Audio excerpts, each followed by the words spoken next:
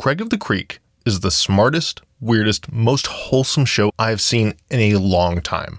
It's no secret Cartoon Network is a powerhouse for fun, inventive television targeting kids of all ages. Don't believe me? Just wait till 8 p.m. But this show, about three friends venturing through a world of untamed, child-dominated wilderness, is on a completely different level. The writers craft an interconnected world where it's easy to understand how everything in the creek impacts everything else. And the writers do this while calling back to and sometimes even reimagining the shows that inspired them. Actually, I think this scene describes it best. Eddie! That's the show I was trying to think of. Do you guys remember Ed, Edd and Eddy? No. Oh, you should totally check it out. You guys actually remind me a lot of that show. But like, mixed with Codename Kids Next Door. But with something this detailed, it's not hard to figure out what ideologies the writers consider core to the themes of the show, often highlighting the strengths of those ideologies in each episode's message. Which brings me to my thesis. I think Craig of the Creek might be pro-capitalism. Maybe not full-blown late-stage capitalism, but the writers always seem to highlight how free trade is critical to the social health of the creek. In fact, the benefits of free trade are central to one of my favorite subplots about a brewing conflict with a rival part of the creek. If you've seen the show, I'm sure you know what I'm talking about, and if you haven't, go find 15 hours to binge the first 2 seasons on HBO Max, and then come back because we are heading straight into spoiler territory. See, the titular creek runs under an I-95 overpass. On Craig's side of the creek, kids form groups based on their shared interests. Some like anime, some like extreme sports, and some like starting shit. But no one group is seen as clearly better or worse than any other group, allowing for plenty of balanced interaction between them. However, on the other side of the creek, the writers use the overpass to introduce a parallel version of the creek, where kids aren't treated equally. A kingdom where each kid's status and quality of play is entirely based on how much the king likes them. And what's really cool is that these two versions of the creek are actually a function of the show's intricate world building. Because of the care put into balancing how each interaction impacts the creek's status quo, the writers were able to completely re-envision the creek by asking one simple question. What if one of the characters was selfish? See, in Craig of the Creek, a show in which kids interact in the limited ways kids can interact, snacks are the most coveted form of currency. All the best snacks flow through the trading tree under the supervision of Kit. She is, in many ways, the motor that makes the sugar economy on Craig's side of the creek work, helping facilitate trades for everything from your run-of-the-mill Choco Rolls to your finest quality ice pops for beating the summer heat. But she also has access to the best snacks, using her position at the trading tree as a means to somewhat fairly share these treats with the kids of the creek, while also indulging in her love of trade. However, in the kingdom on the other side of the overpass, Kit is replaced with King Xavier, a kid more interested in having final say over the happenings in the creek. Much like Kit, Xavier has access to all the finest stuff. That's the king.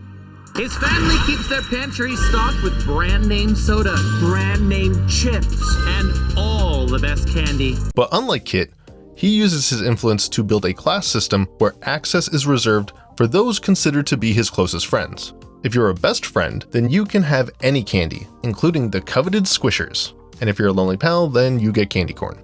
And the fact that the writers made Squishers, aka Gushers, the highest form of sugary sweet, just goes to show these writers know exactly what they're doing.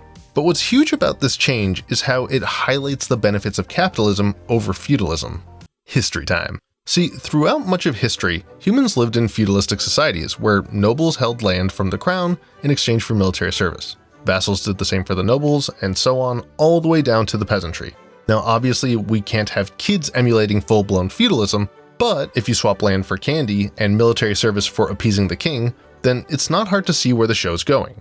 I don't think it's a stretch to say feudalism wasn't awesome for anyone unless you were royalty or nobility, so over time, humans transitioned away from feudalism to a new top-down structure where anyone could be king, called capitalism.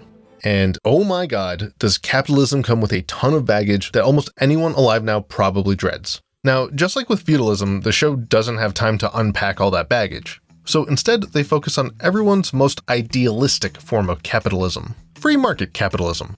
The one that maximizes supply and demand forces necessary for optimizing trades of Choco Rolls while minimizing governmental, or in this case, parental oversight. Through this distillation, the show is able to contrast how these two systems impact everything under them. The fact that trade is open and free on Craig's side of the creek means that kids need to play nice and learn to settle disputes in a way that makes everyone happy. This leads to really cool episodes where we get to watch the intricate web of trading between factions, how kids find ways to agree on rules that they think are fair for everyone, and how other kids are encouraged to get involved and help resolve conflicts between factions for the good of the Creek. And at the center is Kit and her trading tree. But under feudalism, none of this can happen. The fact that King Xavier's status gives him final say on everything completely removes any need for communication or cooperation. Since all conflicts are decided by the king, the kids have no real motivation to spend their time in any way that doesn't directly improve their relationship with the king.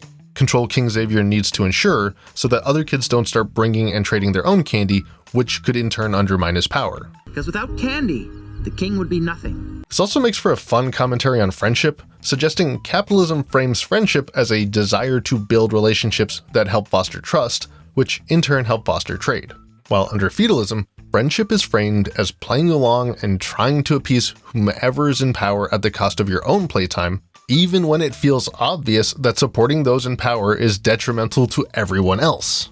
Wow, that hurt to say out loud. And while I have my own opinions on capitalism and its many shortcomings, including the fact that Kit is shown to be a benevolent capitalist, demonstrating levels of compassion unheard of from most financial institutions, I can't help but admire the manner in which this show unpacks complicated topics in ways that even the youngest among us can understand. And that's what I love most about Craig of the Creek. This show manages to craft a well-balanced and interconnected world with a level of detail I haven't seen since The Expanse. Just to show how the smallest change in a person, especially someone in power, can have ripples that impact everything around us. But unfortunately, that's all I have for this video. If you too love Craig of the Creek, don't forget to like, subscribe, leave a comment with your favorite moment so I know how cool you are, and I'll see you next time.